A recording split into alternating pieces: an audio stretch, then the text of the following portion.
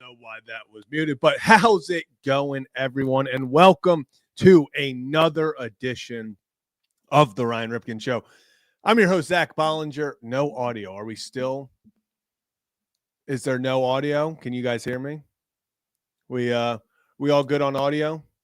We all good? Can I get a confirmation if audio? I'm assuming audio is good now. So, what's up, everyone? Welcome to this edition of the Ryan Ripken Show. Full transparency. Ryan's going to be away for the next few shows, but that does not mean the show stops because we have a lot to talk to and honestly a pretty uneventful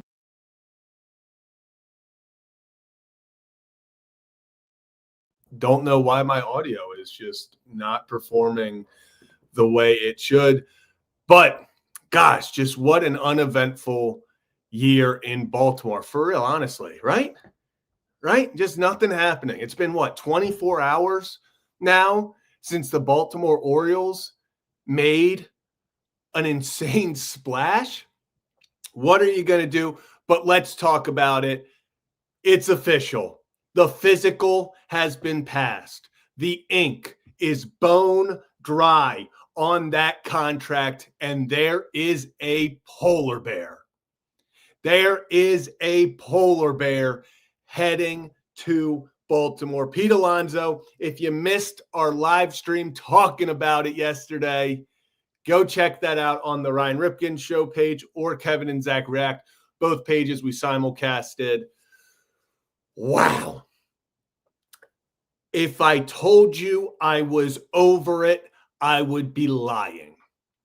If I told you I was over it, I would be lying. And Karen, yes, he is wearing number 25 as they put in an edit. Wow. Still not over it. But Pete Alonso coming to Baltimore. And before we get into all of that, we do have to shout out our friends over at Merit Clubs. Appreciate them and all they can do. A ton of holiday deals still going on there. So go check them out over at meritclubs.com. MERRITT, baby. Appreciate them and all the work they do. Pete Alonso, Baltimore Oriole. And if you want to know what you're getting with Pete Alonso, let me pull up the Baseball Savant page. Now, yeah. Do we want to talk about, oh, look at that. He doesn't walk that much, only in the 53rd percentile. Oh, he strikes out a decent amount. He whiffs on some pitches. He's going to chase a few more pitches than he should. But let me tell you something. Expected on base percentage, 96th percentile. Expected batting average, 88th. Expected slugging, 98th percentile. Average exit velocity at 93.5 miles an hour. That's the 97th percentile. Barrel percentage, 98th percentile. Hard hit percentage, 96th percentile. Sweet spot percentage, 85 percentile. And bat speed in the 91st percentile. Wow. You want to know what the Orioles are getting out of Pete Alonso? That's what they're getting out of Pete Alonso. They are adding a legitimate force to the middle of the Baltimore Orioles lineup. And we talked about it a little yesterday. What does this mean for the rest of the lineup? And I'll tell you something that maybe is not getting enough attention. It's the protection. When you looked at the Orioles throughout the past years, yes, guys like Gunnar Henderson, MVP level player in Gunnar Henderson. Who were you really afraid of that was batting behind Gunnar? Westy, he's going to produce. He's going to get on. But is that the big bat that you're going to avoid pitching around Gunnar for? Not necessarily. Okay, you have Basayo. Has potential to be a 30, 35 homer guy, but he's just 21 years old. So that's not really the protection you needed right now. You now have Pete Alonso that you can put behind Gunnar Henderson. And now that means you better pitch to Gunnar. Oh, you wanna just let Gunnar get on? You want to see an angry bat walk? Well, now Gunner's on, and there's ducks on the pond for Mr. 126 RBIs in 2025, Pete Alonso. For a guy who's hit over 50 home runs in a season. Pete Alonso adds a protection to this lineup for these young players that takes the pressure off of them. You know, that's the big thing. It's how does that help? Well, in all honesty, they no longer have to be that guy. Gunnar no longer has to be, it's Gunnar versus the world. You know, that doesn't have to happen. It doesn't have to be Gunnar has to take over. If Gunnar doesn't work, then who else is going to step up? Now you have Pete protecting Gunnar. Gunnar's protecting Westberg. You have to pitch to Westberg. He's going to produce when you give him the opportunity. Okay, now he gets on. Can't walk around Gunnar because now if you walk Gunnar, you got two guys on for Mr. Pete Alonso. So it takes pressure off of them. But don't just listen to me. We had a friend of the show, friend of the program on Foul Territory earlier today, and I wanted him to kind of talk about what this means for the guys around the Orioles, the rest of the guys in the lineup, what the Pete Alonso move means for them. So listen to our friend Ryan Ripken talk earlier today. The ballpark early and often with him, and he's your RBI guy. And I've talked to a lot of people about this. I know some people say, hey, RBI it's a byproduct of where you are. Miss me with that. You're an RBI guy or you aren't. And Pete Alonso is an RBI guy. And what I said last year for the Orioles going into the season, because they had question marks on the pitching side, but they had this young talent. And the motto that I had was they go as far as their young core takes them. And they struggled. And now the pitching was tough, but the offense was supposed to be their strength and it wasn't. So the addition of Pete Alonso, what it really does, take the pressure off these guys to develop still at the big league level. There's going to be stress and pressure, but you don't have to be the guy anymore. Right now, Pete Alonso is going to be one of those guys. Taylor Ward is going to be one of those guys. And then Gunnar Henderson can slot in and be that third for you. Oh, and by the way, Jordan Westberg, he looks ready to go. So I think the addition more than anything, it just takes the pressure off of the guys having to prove something while they're still trying to figure out how to be a big leaguer. I think that that's something that people underestimate is that you might have all the talent in the world, but when you have expectations that are on you, and not just expectations, like they're expecting you to be the reason why the Orioles win. Bring in Pete Alonso, bring in Taylor Ward, and then Gunnar and Westy. Well, then let those other guys like Cowser and Jackson and Adley get back on track. And this lineup can be really dangerous because of that. Take the pressure off the rest of the guys. And I like that Ryan brought up, shout out to him. You didn't catch him on Foul Territory. Go back and watch that. I think he did a fantastic job. I hope he's not watching this to see me compliment him. Thought I did a good job there. But I'm glad he also brought Taylor Ward. The Baltimore Orioles struggled to score runs last year at times. The offense was supposed to be the strength, and at times it was a weakness. When you bring in Taylor Ward, when you bring in Pete Alonso, that is 229 RBIs in the 2025 season you're adding to the team. Let me repeat that so that we can all take that in together. That is 229 RBIs. 126 from Pete, 103 from Taylor Ward. Getting guys in is a skill. How many times you can talk about, oh, it's about situations. Like, yeah, they got guys on in front of them. And of course, if you get more guys on in front of you, you're going to get more RBIs. That's not always the case. Ask any Oriole fan. How many times did it feel like you were ripping your hair out because the Orioles got a man on third with no outs, with 1 out, and they couldn't get him in. They couldn't hit the fly ball, the weak fly ball to the middle of center field. Just a pop up to center field gets the guy in. A ground ball to second base gets the guy in. It takes skill to drive in 126 and 103 RBIs. In the Mike Elias era, there's been a single player to get 100 RBIs on the Orioles. It was Anthony Santander, who actually Pete Alonso taking his number 25. One time, one player, and I believe it was 2024. You want to talk about adding guys that know how to get guys in, to take pressure off the rest of the lineup. You added 2. You added 2 guys that are going to help them. So let's go through. Let's say the lineup is, let's go Jackson Holiday first.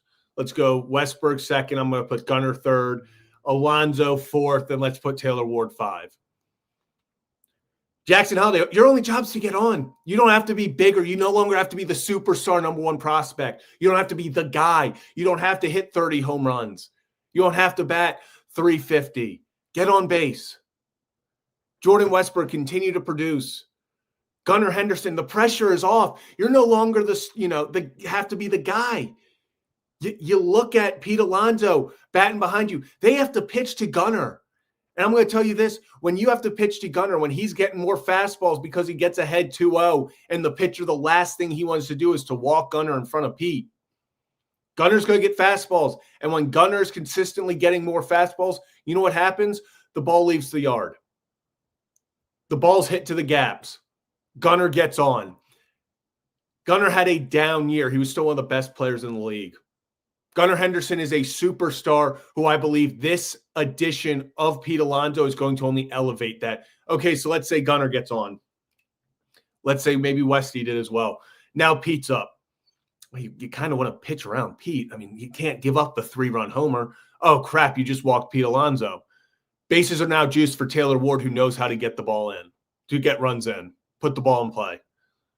If you read anyone talking, any Angels fans, people talking about when Taylor Ward doesn't have to be the guy, he just has to be a part of the team. That's when he has the most success. That's when he goes out there and gets the most out of his play. We've talked to Albernaz, Craig Albernaz. We talked to him at the winter meetings, and everything you've heard about him, he gets the most out of these guys. They are going to work on each other's strengths.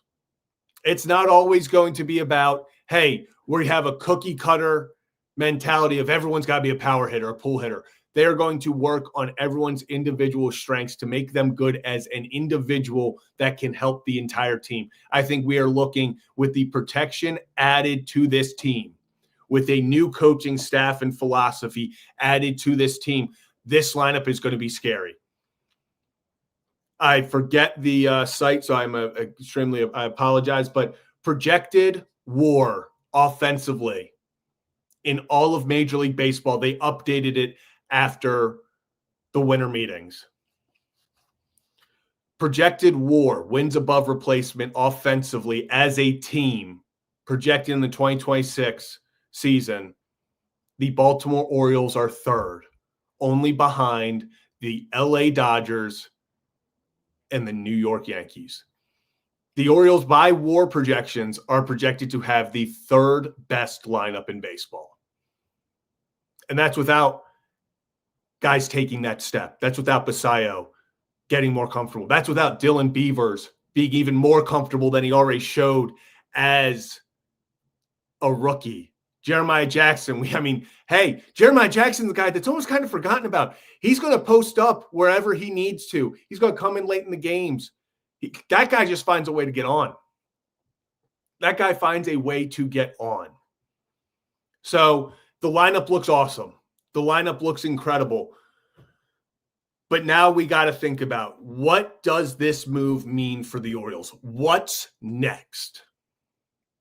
Well, I'm glad you asked, because our friend of the program, my friend, maybe your friend, he's your friend, not really my friend.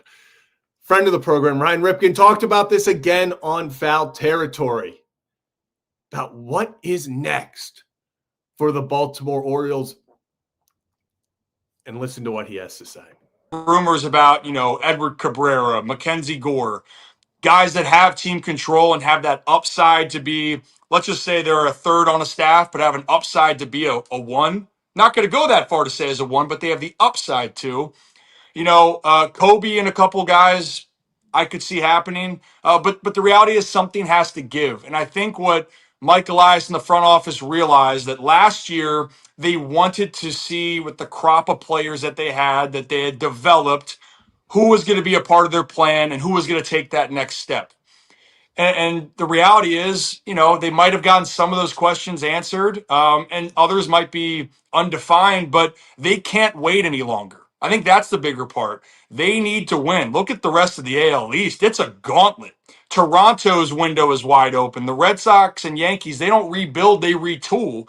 And then the Rays are the team that they're just going to be a pain in the butt because they play the game hard and they find ways to stay competitive. So it's to me, they're going to trade one of those guys, Mountie or Mayo. Wouldn't be surprised with either. And then they're going to go out and get they're going to go out and sign a guy. I don't know. I see the tweet up there. Yeah, I truly believe like the AL East, and this is why I love the winter, right?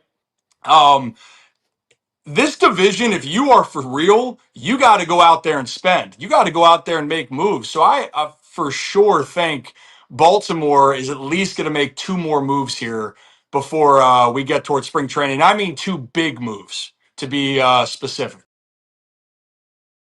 Two big moves. Ryan Ripken put it all out there. Getting bold. But that's not crazy.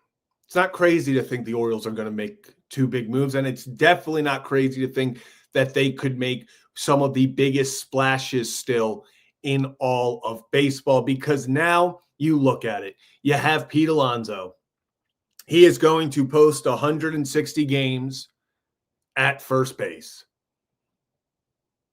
He's going to give you 160. Believe it or not, Ryan Mountcastle and Kobe Mayo, that's two guys that play first base that now suddenly doesn't look like there's room. That doesn't mean the talent's not there. Now you have an influx of talent at a single position and a position that other teams need. So I think you see them talk to the Nationals about Mackenzie Gore. We've heard they are. We've heard they're talking to Edward Cabrera and Miami about Edward Cabrera. I think one of those two happens. And I think on top of that, I think they sign a pitcher. I would not be surprised. In fact, I will go out there and I will stamp my approval with Ryan. I think the Orioles make one trade and they make one big signing.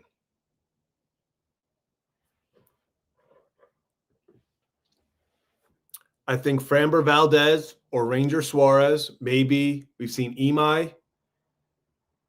We've seen Michael King, all linked to the Orioles. And here's the thing. You can go, okay, before we'd go, okay, they're linked to the Orioles. Everyone kind of gets linked to the Orioles.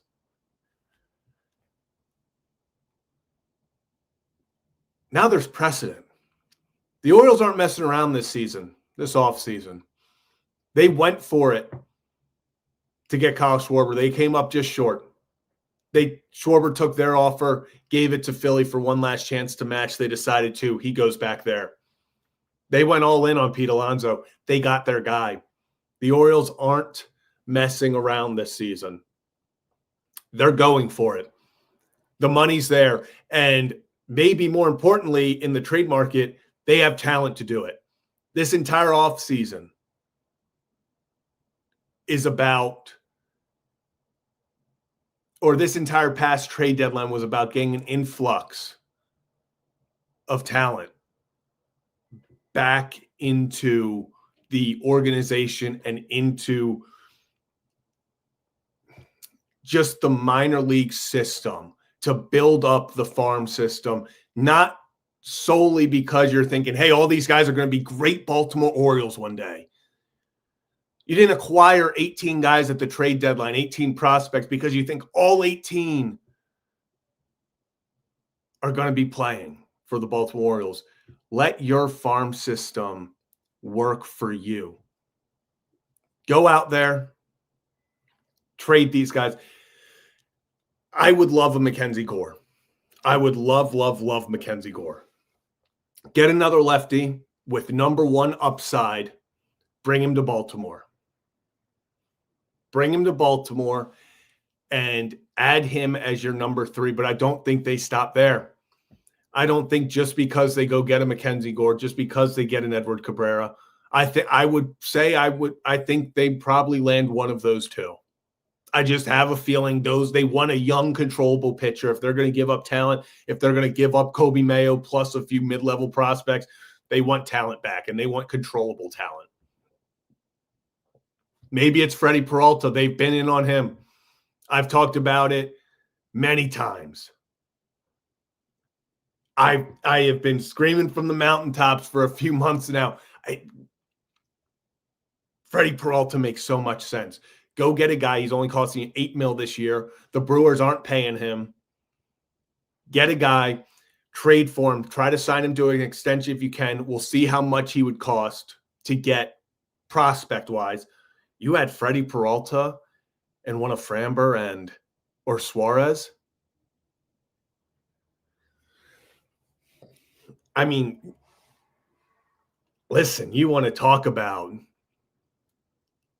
guys that can change a rotation.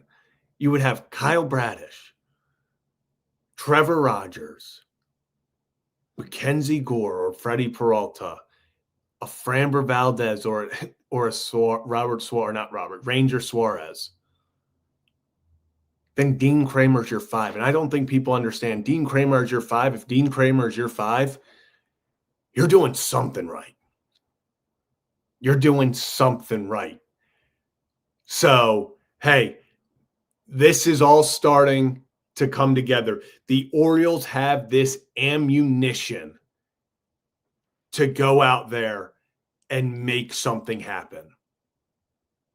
They have the ammunition that any team that is trading away top-end starting pitching would want.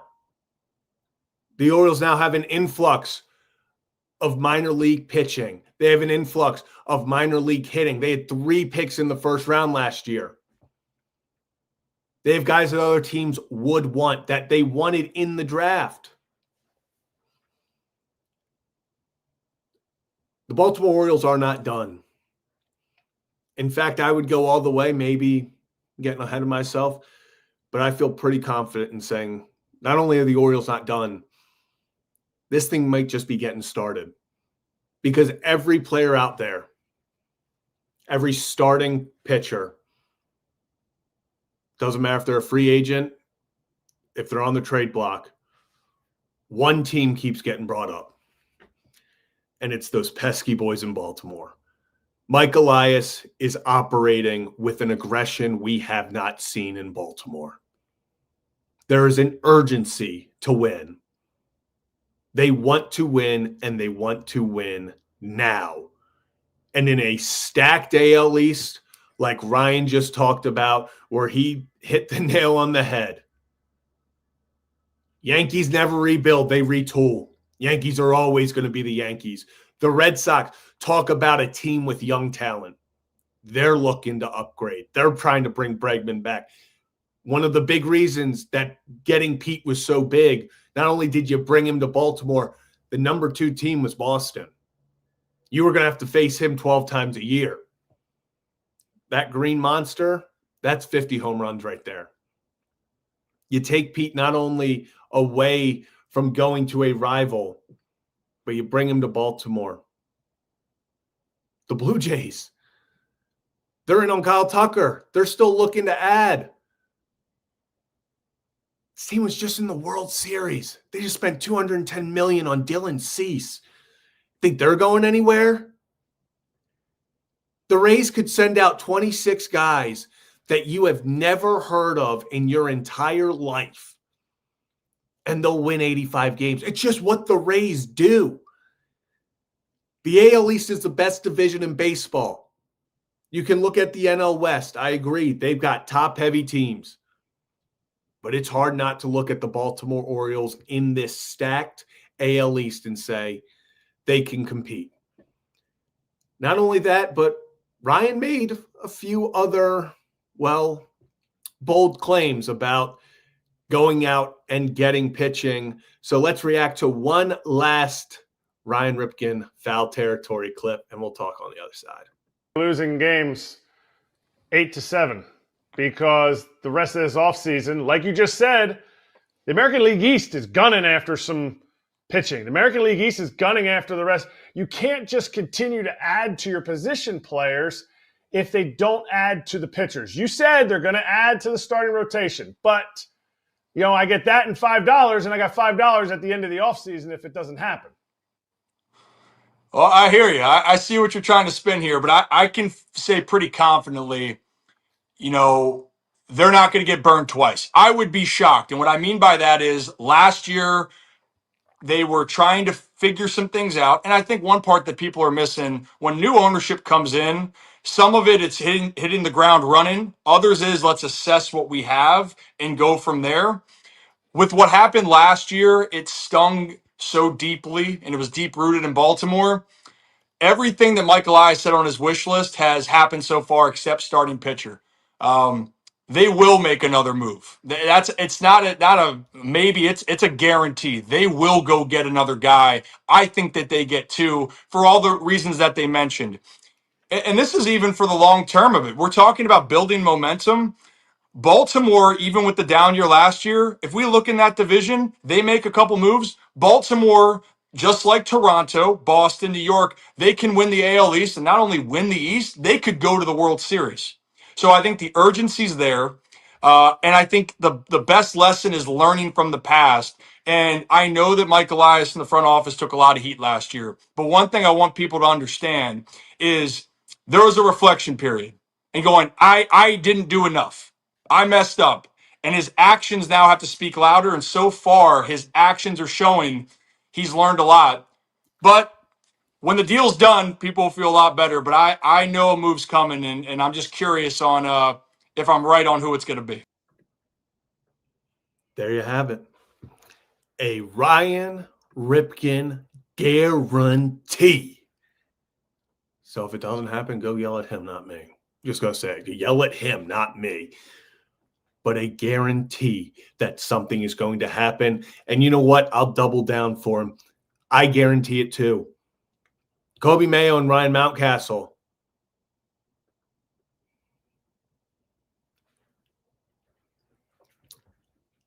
Both of them ain't going to be here when they break for spring training.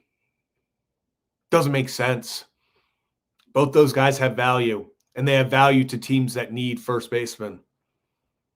They have value to teams that are looking to rebuild. The Orioles are not done. They are going to make a splash, and I think Ryan hit the nail on the head there.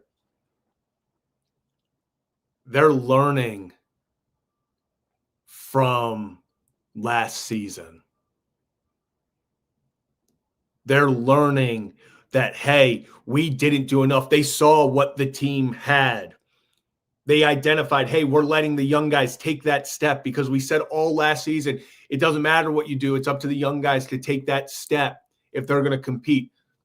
Guys didn't do necessarily what they had hoped. So how do you counteract that? You bring in Pete Alonso. You bring in Taylor Ward, two guys that can drive in runs.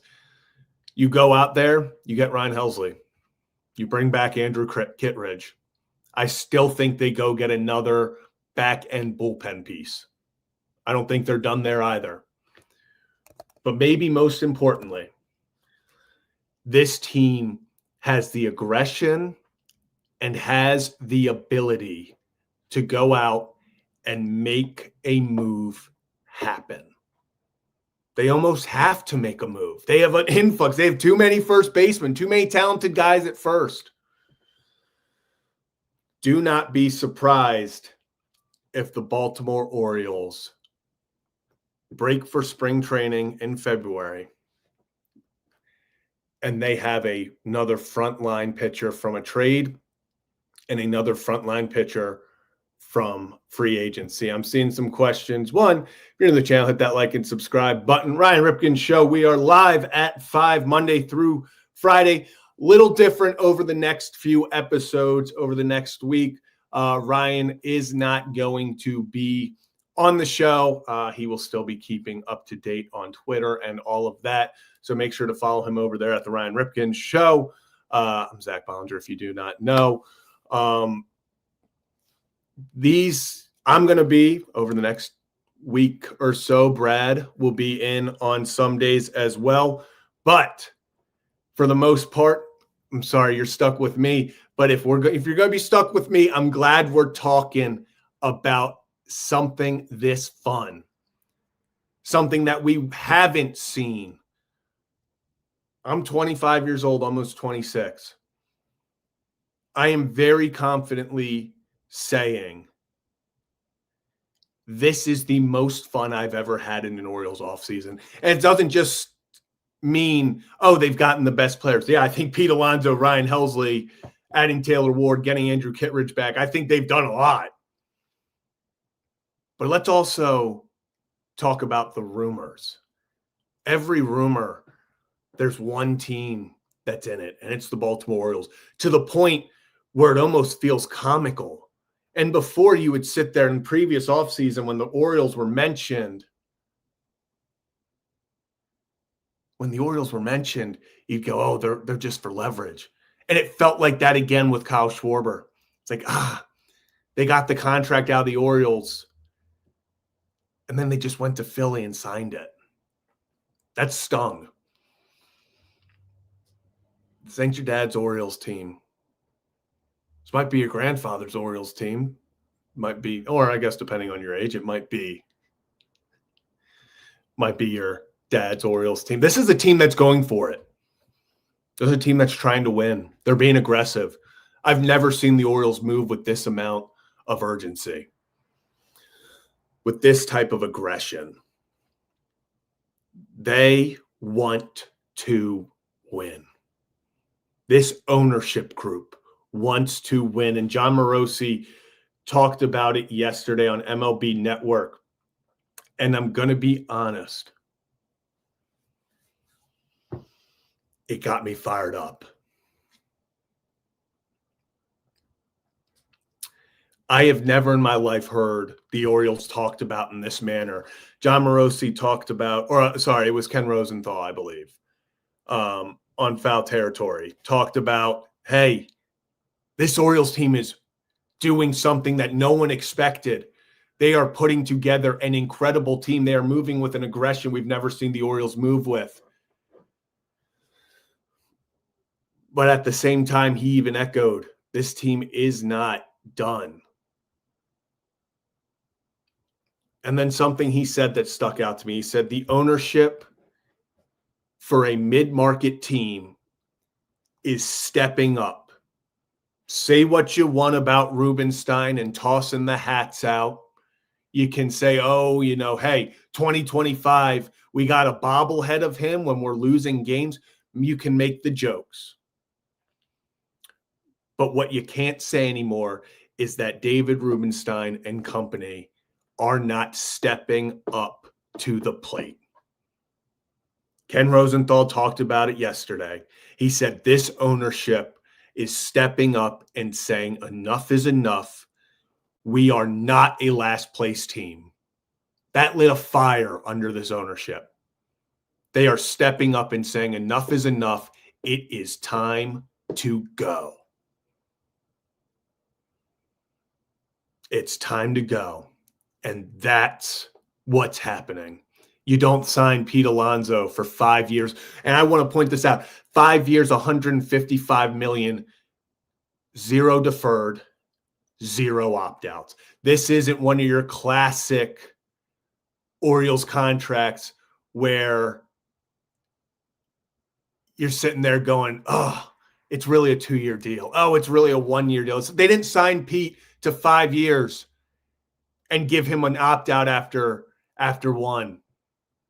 It's not what happened. Pete Alonso, he doesn't have that, oh, it's a classic Orioles thing. He's just kind of signing, but then he goes and leaves after one season. The Orioles paid him. That's a fact.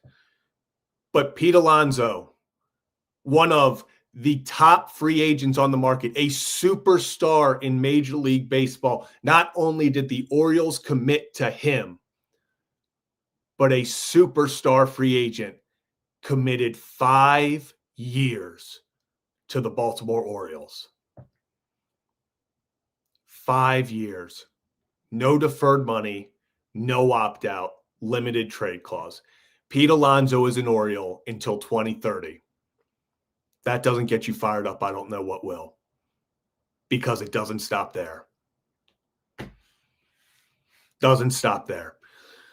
This team is not done. This team is just getting started. I think the Baltimore Orioles, and Ryan said it earlier on Foul Territory in one of the clips we just reacted to. This team wants to win the AL East. This team wants to win the American League. And my God, this team wants to win a World Series. I think this ownership is ready. I think this front office is ready. I think they are going to be led by a guy who is ready in Craig Albanese. Talking to him at the winter meetings, that's a guy you want to play for.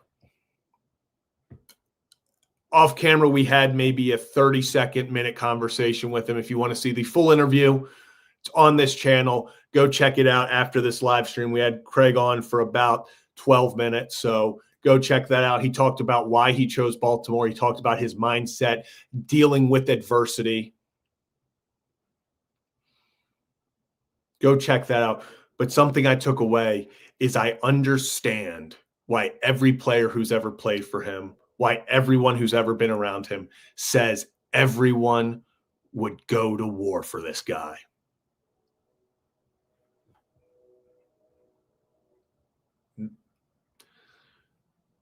The Orioles are ready to make noise. And my goodness, are they already? And just thanks for showing up to work, Ryan. I guess we've had Ryan here, but not here. We've had 3 Ryan Ripken clips from Foul Territory. We got Ryan in the chat. What more could you ask for? But yeah, if you're new to the channel, hit that like and subscribe button. Ryan Ripken Show live Monday through Friday at 5. We are live at 5. A little different over the next week or so with Ryan being away, getting a much-deserved time off. But that doesn't mean that it stops. Yes, I know the movie quote. Yes, I know the movie quote. This guy's just, he doesn't. I don't know the movie quote. The show don't stop. Show don't stop. We will be here. Brad will be joining me on some shows as well. But hey, Ryan, I just admit I don't know the movie quote. I know it's a it's Will Ferrell. I know it's Will Ferrell. 90% sure it's Will Ferrell. Even when Ryan's not here, he still checks me on movie quotes. This is unreal. Yeah, you see? So if you're new to the channel, hit that like and subscribe. Appreciate everyone who's tuning in. Going to be a shorter-ish show, probably going to go for about an hour. But what a fun time in Baltimore. And I saw someone talk about Imai coming from Japan, somewhere up here. So I'm sorry if I can't find it to pull you up. But are the Orioles, we've heard the Orioles are connected. And this is going to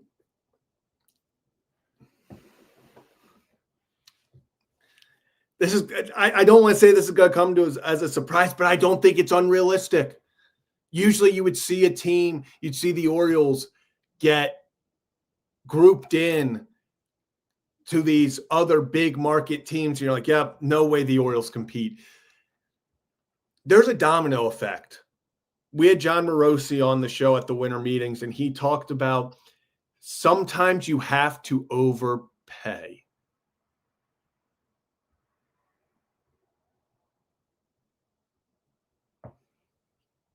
Sometimes you have to overpay to get these big free agents. But you do that as a mid-market team like the Orioles, because if you do it enough, you get the benefit of getting guys for market value. Pete Alonso's down in Baltimore. You don't think that took notice across all of Major League Baseball? You don't think people start looking around going, oh, the Baltimore Orioles are serious? And not only that, something that I have not even talked about this show, and maybe it's a crime that I'm 44 minutes into the show and haven't brought this up. Maybe the most impressive part of the Pete Alonso thing, he's a Scott Boras guy. The Orioles beat out a multiple big market teams for a superstar who is managed by Scott Boras. Welcome to 2025. Welcome to the new age Baltimore Orioles. You know, new ownership. And actually, I'll give him a little bit more credit. He brought this up on Foul Territory as well. A lot of people think that new ownership, they get there and immediately the first offseason, they're going all in. This new ownership, they took a year to see what they had.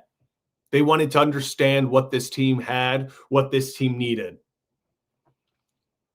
Now they're going out there, going toe-to-toe with big markets and taking their guys. If the Phillies would decline to match that offer, Schwarber would have been here.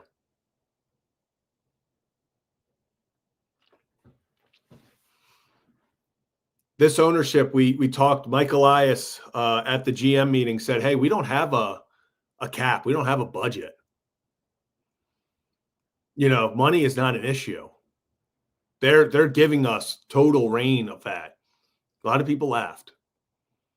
Mike Elias this offseason has spent more money on contracts than he had in his first 7 seasons combined.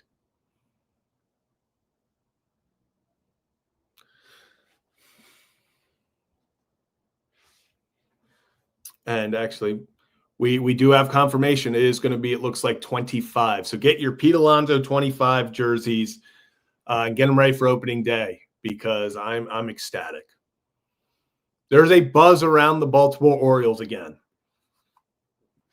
Only really took a year off, but the Orioles are doing it. They are doing the thing. And we'll try to work something out. You guys, you trust us. We'll try to talk to people. We'll try to have our people get in contact with their people. We'll see what happens. But also go out there and tomorrow, 4 p.m., Pete Alonso's going to have his press conference. And then guess what? It just so happens as his press conference wraps up after 4, I will be back here live at 5 on the Ryan Ripken Show channel. Hit that like and subscribe button to talk about. We're going to go over clips. We are going to see what he says, and then we will discuss it all. Seen a lot of people talk about Valdez versus Suarez. They won a lot of years, all of that. I would do it. If you want big name guys, I would give Valdez 4 or 5 years. You know, I think this Orioles team, they now have the aggression to do it. I think they do. And yeah, we just talked about this. I think they get one free agent. I think they make one trade. They are definitely making a trade. I'm going to spoil it for everyone. They're going to make a trade. How do I know that? Because they ain't walking into spring training with three starting first basemen, especially when a lot of teams with controllable arms want a first baseman. I think that's the route that they go.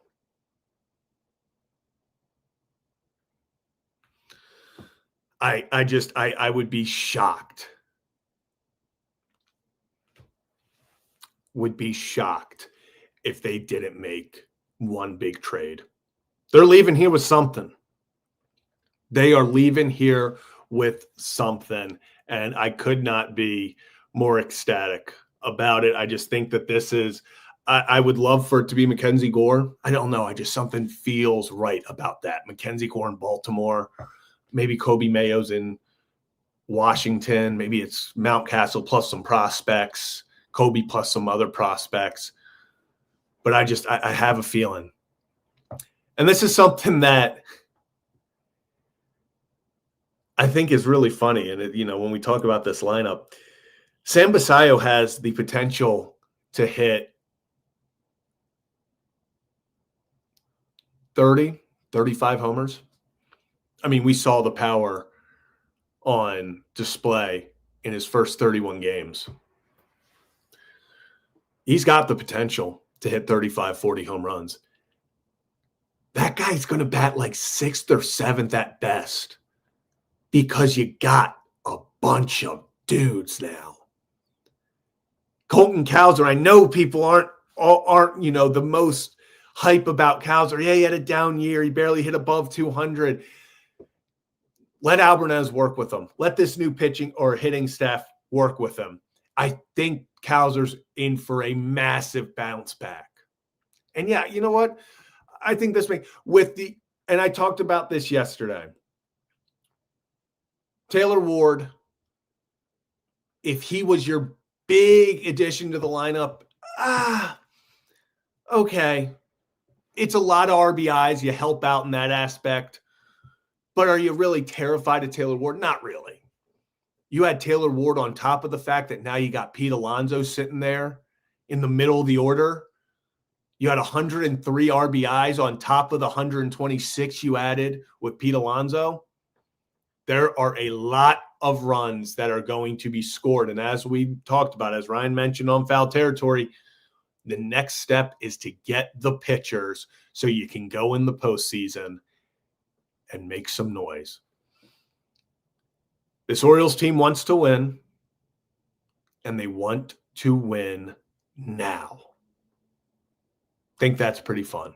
If you're new to the channel, hit that like and subscribe button.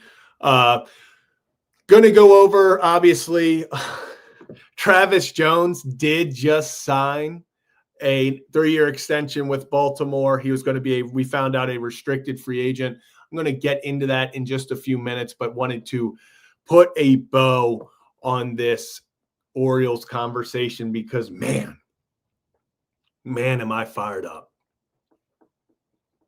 Man, am I fired up. And look at this. Best ability is availability. Best ability is availability, and that's what Pete Alonso does. He shows up to the park in back-to-back seasons. Let me read you this. He has played in 162 games in 2024. He played in 162 games in 2025.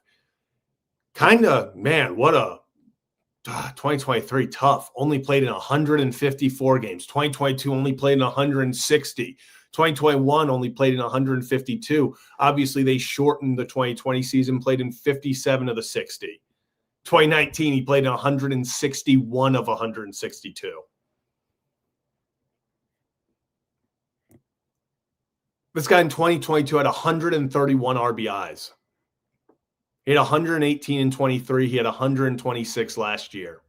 When he won Rookie of the Year in 2019, he had 53 home runs, drove in 120. He led the league in homers. This is a guy that you can pencil in. When you look at his expected home runs in New York, it was 36 last year. If he played all of his games at Camden Yards, he's projected he would have hit 45. A lot of people worried about, Camden Yards with that wall, even though it's moved in a little bit, is that no. Pete Alonso was projected to hit more home runs at Camden Yards than he was elsewhere. So this Orioles team is ready. They still need to finish the job. And I think they're going to. I think they're going to go get 2 more starting pitchers. I think they go get another bullpen guy. Maybe not the big name that everyone wants. You got Helsley already, but I think they get another guy to bridge from Kittredge in the 7th to Helsley in the 9th. You have Dietrich N still. Rico Garcia looked good at the end. You still have Keegan Aiken. I know everyone's out on Yennier Cano. This is a guy that he's put it together before, and you just hope he can again. You just hope he can again, because if he does, it adds so much to your bullpen, and that's why they're going to give him a chance.